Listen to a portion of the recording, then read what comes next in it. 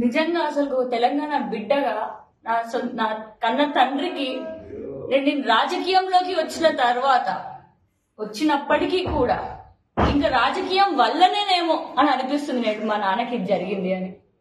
ఎందుకంటే ఆయన కేవలం ఒక వ్యాపారవేత్త.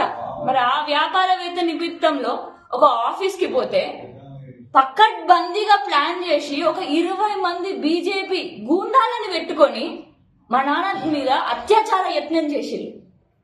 మరి ఆ ఆఫీస్ ముందు బీజేపీ కార్యాలయం, అక్కడ అరగంట దూరంలోనే ఒక 10 నిమిషాల దూరంలోనే మరి నడ్డా మీటింగ్ జరుగుతుంది.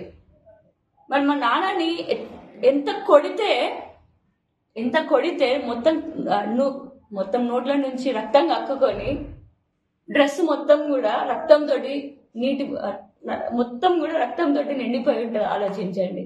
మరి ఆ రక్తం షర్ట్ కూడా మార్చిన తర్వాత కొత్త షర్ట్ వేసి పంపిస్తే కూడా ఇంత రక్తం వచ్చింది. క్లీన్ చేసి బయటకి ఏమి జరగనట్టుగా కొత్త షర్ట్ వేసి పంపిస్తే కూడా ఈ విధంగా రక్తం అంటిందనంటే వాళ్ళు ఎట్లా కొట్టిల్లో అర్థం చేసుకోవచ్చు మీరు. కానీ నేను ఒకటే చెప్పాలనుకుంటా, ధీరజ్ రెడ్డి నువ్వు కార్పొరేటర్ కావచ్చు, కానీ నువ్వేం మంచి పని చేసినావు నాకు తెలియదు. కానీ మా నాన్న బిడ్డనే ఇచ్చిండు తెలంగాణకి సేవ చేయమని చెప్పి. చిన్నప్పటి నుంచి రిక్షా దొక్కుకుంటూ చిన్నప్పటి నుంచి ఇప్పటి వరకు తన రక్తపు బొట్టులున్నాయి ప్రతి మార్గంలో. నాతో అసలు జీవించలేదు.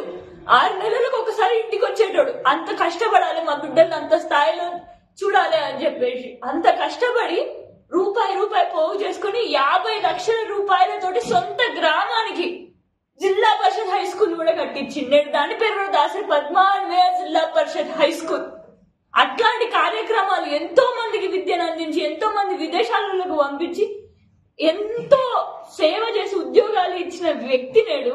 అట్లాంటిది అసలు నీ చెయ్యి పడ్డది ఒకరు కొట్టిల్లు అని అంటేనే భరించలేకపోతుంది. మరి పోలీసుల దగ్గరికి పోతే ఇప్పటి వరకు అసలు మా నాన్న పోయిన తెల్ల చొక్క తెల్ల ప్యాంట్ వేసుకొని పోయిన దుస్తులు ఎక్కడున్నాయి? మీరు ఏం ఇన్వెస్టిగేషన్ చేస్తున్నారు?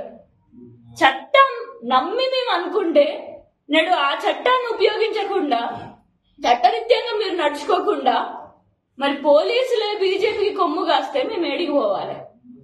మరి చట్టాన్ని మీరు రాజ్యాంగబద్ధంగా నడిచే విధంగా మీరు చూసుకుంటేనే మా లాంటి వాళ్ళు ఈ బాటలో నడవగలుగుతాం.